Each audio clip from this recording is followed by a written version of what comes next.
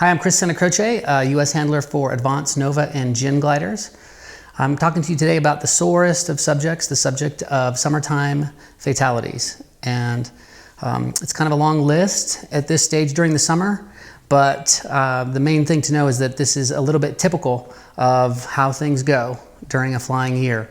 And the world's a little different now in that if anything happens in the world, we find out about it immediately.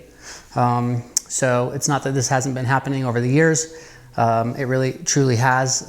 If you look at the graph, you'll see that in the winter months, there are not so many accidents or fatalities, and then it sort of peaks at some point during the summer, never know where, and then it'll taper back off. I want to circle back on the subject because I think every pilot starts to wonder what they're supposed to learn from any of the things that they hear about, and what they can do in their flying life to make it so that none of these unsavory things happen to them. So when we start off, we kind of have to identify the things that happened this particular year, knowing that they're not that special, but they are more like typical of the huge variety of things that can happen in the 3D flying world. So starting from the top, this year we've had everything from pilots suffering from physiological factors of flight, basically medical emergency in flight that led to a fatality. We've had spiral fatalities. We've had forgotten leg straps. We've had flying into the rotor with deflation.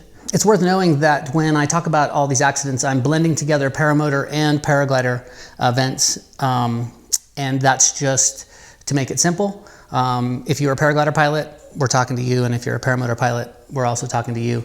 It really doesn't change things that there's a motor on the back or not a motor on the back. We're all in the same game, foot launch flying, navigation in 3 dimensions with no pause button, and we're all subject to the same variables. So having said that about what's transpired during the year, the greater question starts to be, how does it happen, and how do we as pilots defend against it ongoing? The number one thing to remember is that summertime is the time when all of us think about going out, spreading our wings.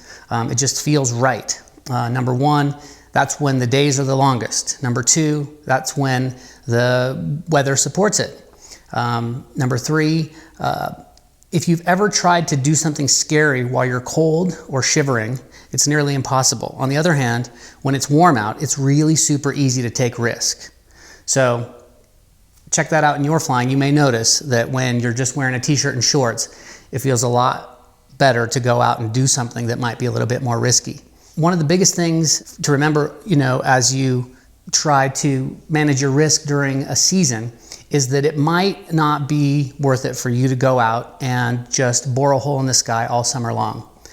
Statistically speaking, the graph would show that it's better to stand down a little bit starting in about June and all the way through July and August. That means just sample little bits of flying here, a little bit of flying there, stay in the game, go grab a couple good flights, but maybe don't just go crazy during that time of year, because the statistics over the decades show that that's when there's a much greater likelihood of running into trouble.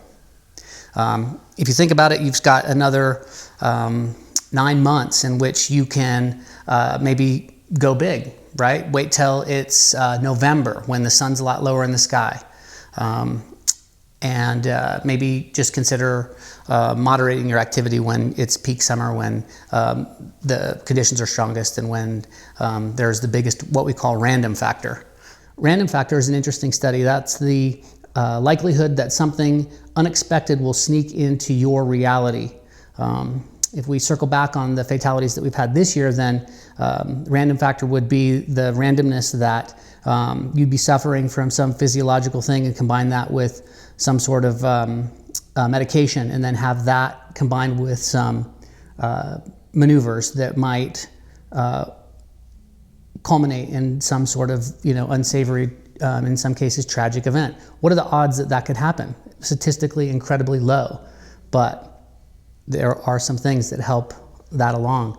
And so just generally speaking, stand down a little bit during the summer months, kind of cherry pick your conditions, spread your wings a little bit when it's winter time. And having said all that, we'll move on to the sort of mental aspect, the energetic aspect, and the philosophical phenomenon of having people in our world that suffer fatalities and people in our world that get hurt. And it's a very interesting study. It's not my favorite thing to talk about, but it does seem like the average paraglider or paramotor pilot doesn't quite know how to process and doesn't know how to change and rather take the experience of having friends get hurt or friends get killed and then turn it into something good. So here we go. The nuts and bolts of flying are only so interesting. Pull up the glider, go fly, burn gas, land. It turns out that just about anybody can do it, and just about anybody can teach anybody to do it. And if you are lucky, you could cruise along and have a relatively uneventful time with it. But the question starts to be, how in the world does it change from something so simple to something so complicated, and then how does that happen into a fatality? And when you do a sort of post-mortem on this situation and what led to this, what we find out is that we never know. It's way beyond us to know exactly what brought these people to this point, and what particular circumstances made it so that they're no longer with us. But we do recognize some commonalities, and so one of the things, the number one thing that we know to be careful with is our words, okay? And so what I mean specifically is when it comes to dying, as a pilot, you do not let that into your reality. We know that it's possible, but it's just also possible getting out of bed in the morning or driving down the road, and we don't think about the possibility of that happening, particularly in our driving or in our getting out of bed. And so we should keep it the same with our flying. So over the years, I've been around people who spoke about the possibility of dying and how it could be deadly, and how they were risking it all and how it was worth it. And it's basically a little bit the life is disposable, life is cheap sort of mentality. And I would caution every pilot to not use any of those words and to not slip into that mindset. When you go to participate in paragliding or powered paragliding, it's not in your reality that you could die doing it. You just don't let it in, and you don't use those words. Simple. The number two thing is energy, right? You can stop short of saying the words, but if you have to keep your energy as such that you're not letting the possibility that something bad could happen into your reality. And so when you do that, then it kind of helps you to make smart decisions. You don't go places where a bad thing could happen. You don't do things in which a bad thing could happen because it's not in your reality that you could have anything bad happen on your flying day. And so be precise not only with your words, but also be precise with your thoughts. And so in our school, when we have somebody who says, well, I know I could get killed doing this, gulp. Yes, and you could get killed doing anything. Do us a favor. This is what we say to the student. Do us a favor. Don't use those words. Let's use some choice words that will lend to us having like a good up energy. We replace those things, like a notion like that, with something like, let's go out there and fly really smart. And let's be really savvy with our flying today. And let's put on a good show that makes people look like we really have it together. And so we just morph that morbid into something positive. Choice with the words and choice with the energy. The number three thing that you can do is be careful about who you fly with, and be careful about the way that the group speak happens. And so when you find yourself among flying friends, make sure that you're not with the life is cheap crowd. I put a study on it by hanging out with the base jumping crowd and a little bit the skydiving crowd. And there was a big contingent in which the people just kind of feel like, hey, I've got nothing to lose. Why not risk it all today? I think that it's best to try to hang with people who are in the life is precious crowd.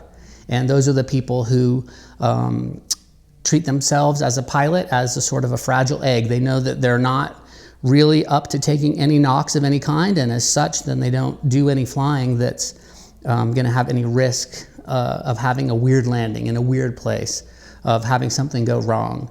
And they generally just sort of keep it between the lines, keep it in the box. And, you know, there are other clues. The life is cheap crowd are a lot of times burning the candle at both ends, so they don't do smart things like they don't take pride in nourishing themselves and hydrating and their overall health. They're usually, no offense, but they're the smokers of the world. And my suggestion to any pilot is to just be careful about who you're with. I've noticed that people who were otherwise generally kind of mild-mannered, conservative, thoughtful, could fall into the wrong crowd and then all of a sudden be making desperate decisions along with the group. So a little bit careful about who you hang out with. Number 4 thing would be connection, right? If you put a study on energy, and if you're of the mind to kind of tune into subtleties, you might have run across this notion.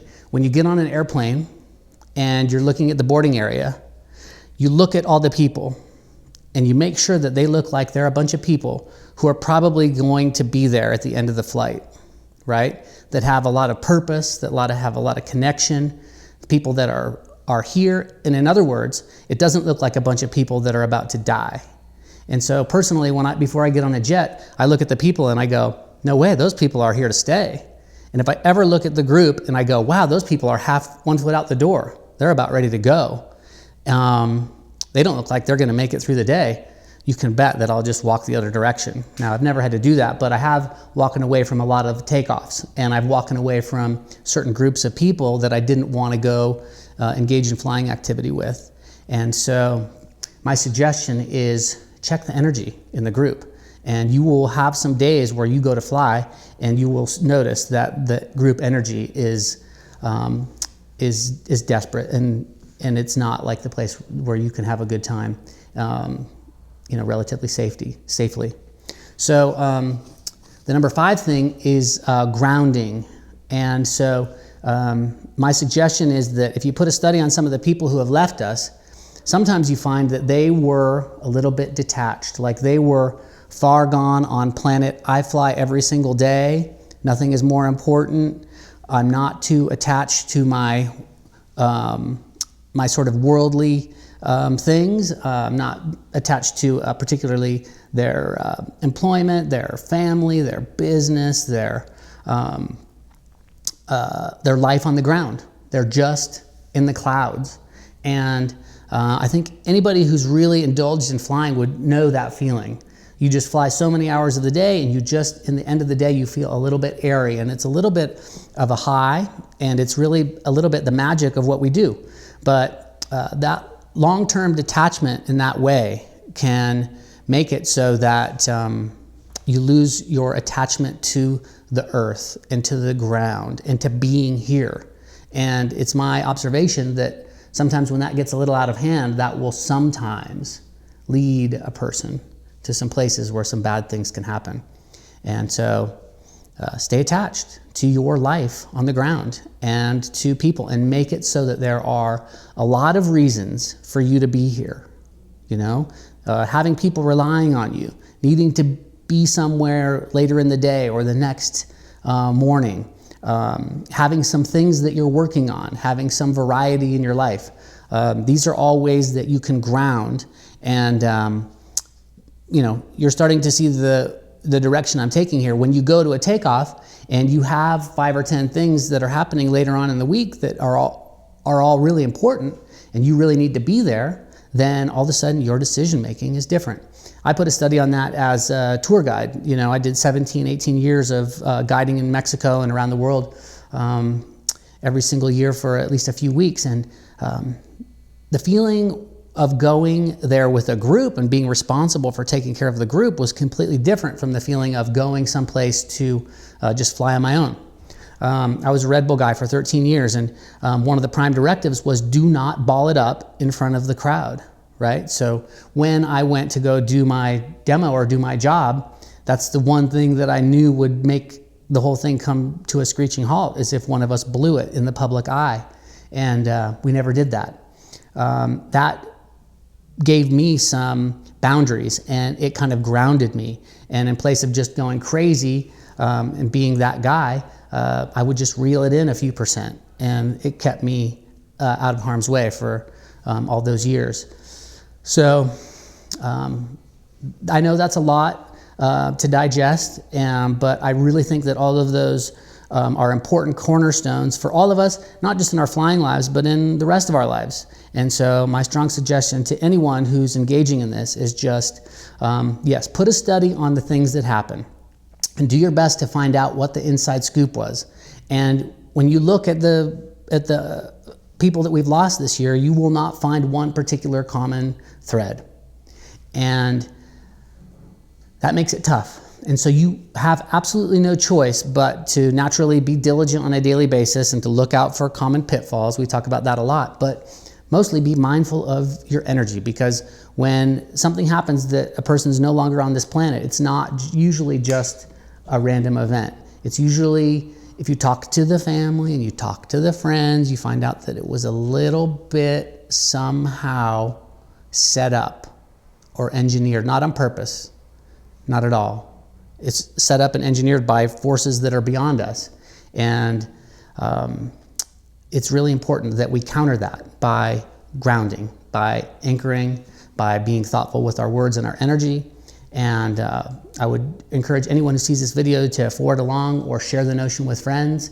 And when you have a buddy who starts to get just a little bit out there and a little bit cuckoo and a little bit detached, and you know, they're not grounded, they're not well, but they're flying anyway, that's our call to action. We jump in and say, hey, buddy, let's bring it in, perhaps, you know, help that person to dive in on any of those 5 or 6 things that we mentioned. I'm Chris Santacroce, and thanks so much for watching. Don't forget to like, subscribe, and share with your friends. Spread the good word about our YouTube channel. Also, don't forget to like us at Superfly Paragliding School on Facebook, where we're always posting informative reviews, lessons, stories, pictures. Join us in Utah, where we teach on a daily basis year-round, paragliding and paramotoring. Come visit us at our demo center, where we have all varieties of advanced Gin and Nova gliders for you to try. But number one, most important thing, when it's time to buy equipment, contact your dealer. They're the ones who taught you. Those are the ones who are looking out for you over the years. They're going to be there to take you and your friends tandem. They're going to offer you repairs and support and loaners. And if you have any thoughts or comments, don't forget to put them down below. If you have any questions that we can answer for you directly, don't forget to email us, service@superflyinc.com, or call us on the phone, 801-255-9595.